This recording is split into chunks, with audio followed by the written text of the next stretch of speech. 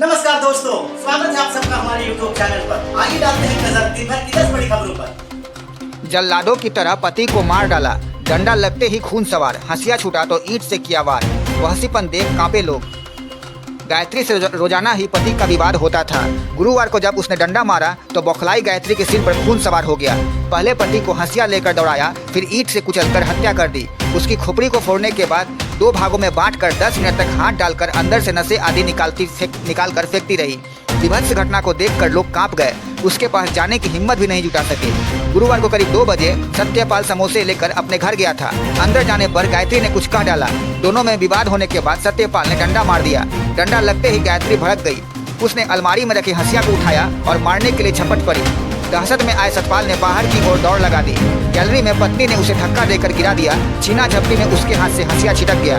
दंपत्ति में विवाद होने पर लोगों की भीड़ लग गई। तभी गायत्री ने सत्यपाल के सीने पर बैठकर वहीं पर ईंट से सिर पर वार कर दिया। एक वार होते ही वह अचेत हो गया। बताते हैं कि दूसरी ईंट से वार करने के बाद सिर फट गया और उसकी मौत हो गई। तभी वहां से गुजर रहे सेहरामाऊ दक्षिणी थाने के प्रभारी रोहित सिंह ने भीड़ लगी देख अपनी गाड़ी को रुकवा लिया।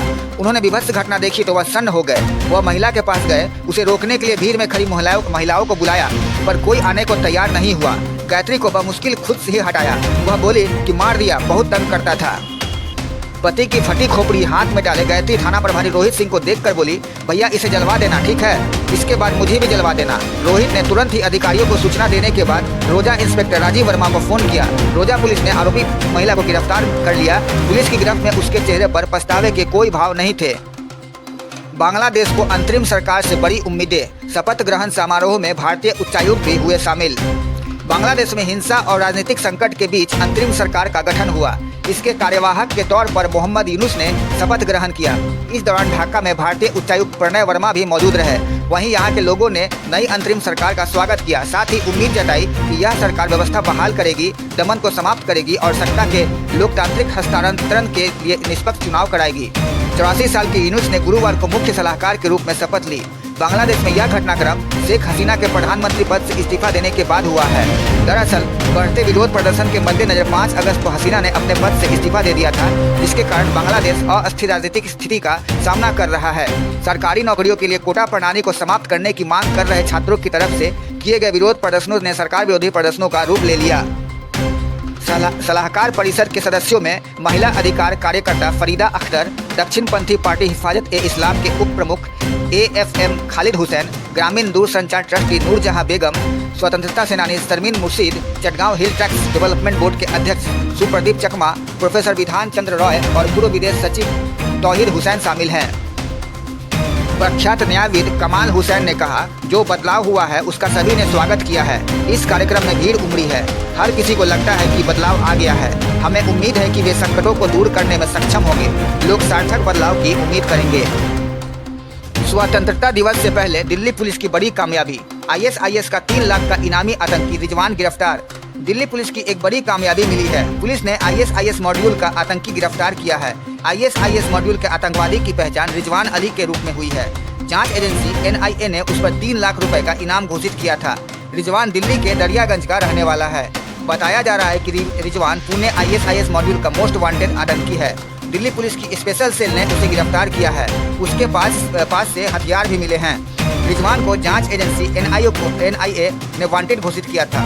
वह लंबे समय से फरार चल रहा था। पुलिस के मुताबिक आतंकी रिजवान अली के बारे में एक गुप्त सूचना प्राप्त हुई और उसे पुलिस ने दिल्ली के बायोडायवर्सिटी पार्क के पास गंगा बख्श मार्ग के पास से गुरुवार रात लगभग 11 बजे गिरफ्तार किया। उसके कब्जे से .30 बोर की एक पिस्टल और 3 कारतूस बरामद हुए। इस संबंध में एक FIR भी दर्ज की गई है। 17 महीने बाद जेल से बाहर आएंगे मनीष सिसोदिया। दिल्ली आबकारी नीति मामले में सुप्रीम जमानत। दिल्ली की आबकारी नीति और धन शोधन से जुड़े अहम मामले सुप्रीम कोर्ट ने दिल्ली के पूर्व उप मुख्यमंत्री मनीष सिसोदिया को जमानत दे दी है। 2 जजों की पीठ आज दिल्ली के पूर्व डिप्टी CM की जमानत याचिका पर फैसला सुनाया। सर्वोच्च न्यायालय ने उन पर शर्त लगाते हुए निर्देश दिया कि वे अपना पासपोर्ट जमा कर दें। उन्हें हर सोमवार को थाने में गवाही देनी होगी। इसके साथ ही कोर्ट ने उनसे कहा कि वे गवाहों को प्रभावित करने की कोशिश न करें। कोर्ट ने उन्हें सचिवालय जाने की इजाज़त दी है। न्यायमूर्ति BR गवई और न्यायमूर्ति KV विश्वनाथन की पीठ ने सुनवाई के बाद 6 अगस्त को फैसला सुरक्षित रख लिया था। कोर्ट ने कहा कि सिसोदिया 17 महीने से हिरासत में है और अभी तक मुकदमा शुरू नहीं हुआ है, जिससे उन्हें त्वरित सुनवाई के अधिकार से वंचित होना पड़ रहा है। इन मामलों में जमानत मांगने के लिए उन्हें ट्रायल कोर्ट में भेजना न्याय का मखौल उड़ाना होगा। शीर्ष अदालत ने कहा कि अब समय आ गया है कि ट्रायल कोर्ट और हाई कोर्ट यह स्वीकार करे कि जमानत का सिद्धांत एक नियम है और जेल एक अपवाद है। इसके बाद कोर्ट ने निर्देश दिया कि सिसोदिया को 10 लाख रुपए के निजी मुचलके और इतनी ही राशि के 2 जमानतदारों पर जमानत पर रिहा किया जाए। सिसोदिया को रद्द हो चुकी दिल्ली आबकारी नीति 2021-22 बनाने, इसके कार्यान्वयन में कथित अनियमितताओं में संलिप्तता के आरोप में गिरफ्तार किया गया था। लोकसभा स्पीकर के अधिकार पर संसद में अखिलेश अमित शाह भिड़े। अखिलेश यादव और अमित शाह के बीच लोकसभा में उस समय टकराव हो गया जब सपा नेता ने दावा किया कि उन्हें सुनने में आया है कि अध्यक्ष के कई अधिकार छीन लिए जाएंगे। उन्होंने कहा कि हम आपके लिए लड़ेंगे। इसी बात को लेकर केंद्रीय गृह मंत्री अमित शाह ने कड़ी आपत्ति जताई। दोनों में तीखी नोकझोंक हुई। अखिलेश यादव वक्फ बोर्ड विधेयक पर बहस के दौरान लोकसभा को संबोधित कर रहे थे। इस दौरान उन्होंने कहा, आपके और हमारे अधिकारों में कटौती की जा रही है। मैंने आपसे कहा था कि आप लोकतंत्र के न्यायाधीश हैं। मैंने सुना है कि आपके कुछ अधिकार छीने जा रहे हैं और हम आपके लिए लड़ेंगे। इस पर केंद्रीय गृह मंत्री अमित शाह ने तुरंत हस्तक्षेप किया और कहा कि अध्यक्ष के पास पूरे सदन का अधिकार है। उन्होंने कहा, यह आसन का अपमान है। अध्यक्ष के अधिकार से विपक्ष के नहीं बल्कि पूरे सदन के हैं। इस तरह की गोलमोल बात आप नहीं कर सकते। आप अध्यक्ष के अधिकार के संरक्षक नहीं हैं।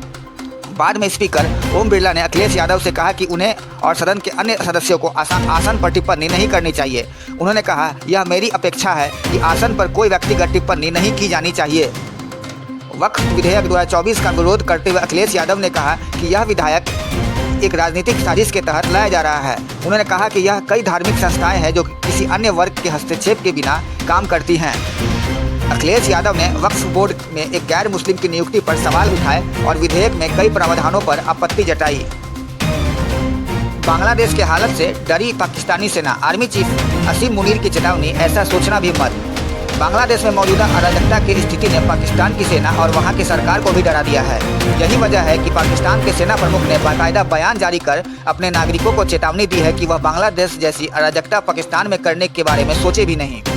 पाकिस्तानी सेना की मीडिया इकाई ने जनरल असीम मुनीर के हवाले से कहा कि अगर किसी ने पाकिस्तान में इस तरह की अराजकता पैदा करने की कोशिश की तो अल्लाह की कसम हम उसे कामयाब नहीं होने देंगे।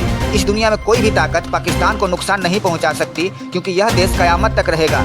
पाकिस्तानी सेना के प्रमुख का यह बयान दरअसल सोशल मीडिया पर चल रही उन टिप्पणियों के बीच आया है जिनमें बांग्लादेश और पाकिस्तान के हालत की तुलना की जा रही है। मौलवियों के एक सम्मेलन को संबोधित करते हुए सेना प्रमुख असीम मुनीर ने दोहराया कि सेना देश में शांति और स्थिरता कायम रखने के लिए प्रतिबद्ध है। सेना प्रमुख ने मौलवियों से कहा कि वे समाज में एकता और संयम की भावना को बढ़ाए, न कि कट्टरवाद और भेदभाव को। सेना प्रमुख ने यह भी कहा कि समाज में आधुनिकता के रास्ते पर वापस लाया जाना चाहिए और दुनिया के भ्रष्टाचार को खारिज करना चाहिए।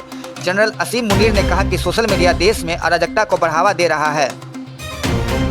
सेना प्रमुख असीम मुनीर ने कहा कि इस्लामिक शरिया और संविधान के सिद्धांतों को कायम रखा जाना चाहिए। अफगान शरणार्थियों के मुद्दे पर पाकिस्तानी सेना प्रमुख ने कहा कि पाकिस्तान ने अफगान शरणार्थियों को समर्थन दिया है और उन्होंने अपील की कि काबुल पाकिस्तान के साथ शांतिपूर्ण संबंध कायम रखे। असीम मुनीर ने कश्मीर को भारत और पाकिस्तान के बीच अधूरा एजेंडा बताया। सीपीएम कार्यालय में रखा जाएगा बुद्धदेव भट्टाचार्य का पार्थिव शरीर, अंतिम दर्शन करेंगे लोग। पश्चिम बंगाल के पूर्व मुख्यमंत्री और सीपीआईएम के वरिष्ठ नेता बुद्धदेव भट्टाचार्य का गुरुवार को निधन हो गया। उनके पार्थिव शरीर को शुक्रवार को अंतिम यात्रा पर निकालने से पहले नेताओं और जनता के अंतिम दर्शन के लिए सीपीआईएम के मुख्यालय में रखा जाएगा। बुद्धदेव भट्टाचार्य के पार्थिव शरीर को गुरुवार को एनआरएस मेडिकल कॉलेज और अस्पताल के शवगृह में रखा गया था।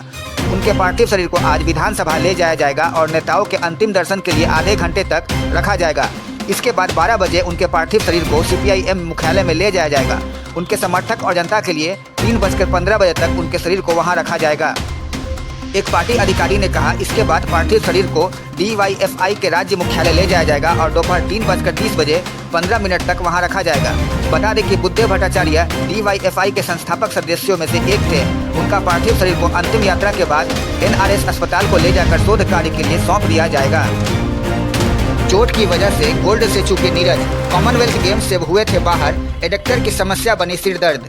पेरिस ओलंपिक 2024 का 13वां दिन भारत के लिए शानदार रहा। स्टार भाला फेंक एथलीट नीरज चोपड़ा लगातार दूसरी बार ओलंपिक में पदक जीतने में कामयाब हुए। ऐसा करने वाले वह स्वतंत्र भारत के पहले एथलीट बन गए। उन्होंने 89.45 मीटर के अपने सर्वश्रेष्ठ प्रदर्शन के साथ रजत पदक जीता।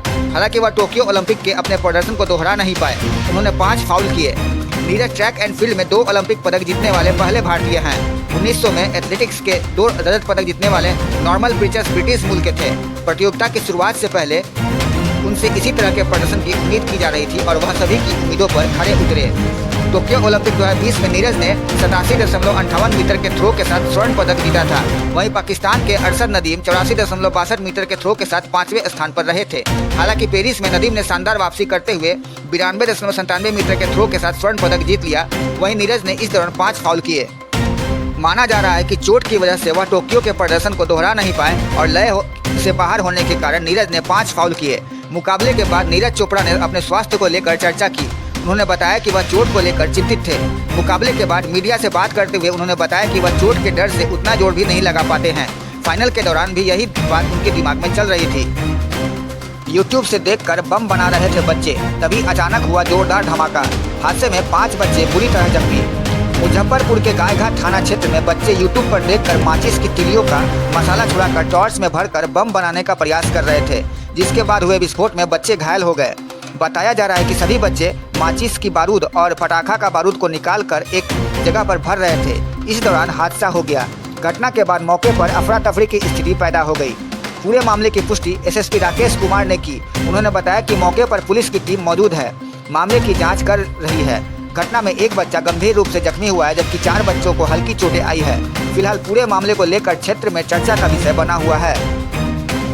बांग्लादेश में अल्पसंख्यकों पर हमलों पर संयुक्त राष्ट्र ने जताई चिंता, कहा हम नस्लीय हिंसा के खिलाफ। बांग्लादेश में अल्पसंख्यकों को निशाना बनाए जाने की घटनाओं की पूरी दुनिया में निंदा हो रही है। अब संयुक्त राष्ट्र ने भी इसकी आलोचना की है।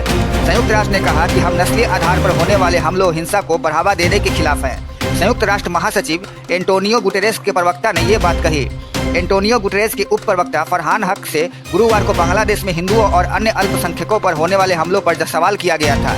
इसके जवाब में फरहान हक ने कहा कि हम पहले भी स्पष्ट कर चुके हैं और हम एक बार फिर यह सुनिश्चित करना चाहते हैं कि हाल के हफ्तों में बांग्लादेश में जो हिंसा हो रही है उसे खत्म किया जाए। हम किसी भी नस्लीय आधार पर होने वाले हमलों या नस्लीय आधार पर होने वाली हिंसा को बढ़ावा देने के खिलाफ हैं। उन्होंने कहा हम निश्चित रूप से बांग्लादेश की सरकार और लोगों को हर उस तरह से समर्थन देने के लिए तैयार हैं जो वो आवश्यक समझे।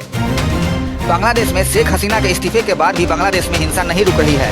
पहले आंदोलनकारी सरकार और अवामी लीग को निशाना बना रहे थे, अब बांग्लादेश में रहने वाले हिंदू और अन्य अल्पसंख्यक दंगाइयों के निशाने पर है। बांग्लादेश में कई हिंदू मंदिरों, घरों और व्यवसायों में तोड़फोड़ की गई है। सोमवार को शेख हसीना की पार्टी से जुड़े अवामी लीग के 2 हिंदू नेताओं की हत्या कर दी गई। सोमवार को ही लोकप्रिय संगीत बैंड जोलरगान के मुख्य सदस्य राहुल आनंद के घर पर तोड़फोड़ और आगजनी की गई। हिंसा के चलते राहुल आनंद और उनके परिजनों को अपना घर छोड़कर भागना पड़ा, जिससे उनकी जान बच पाई। अब तक के लिए बस इतना ही। ऐसे ही और वीडियो के लिए बने रहिए हमारे साथ। अगर आपको हमारा ये वीडियो पसंद आया प्लीज लाइक एंड सब्सक्राइब जरूर करें। और हाँ, कमेंट्स में अपनी राय देना ना भूलें। आपकी राय हमारे लिए बहुत ही महत्वपूर्ण है। सच्ची पत्रकारिता को सपोर्ट कीजिए। धन्यवाद।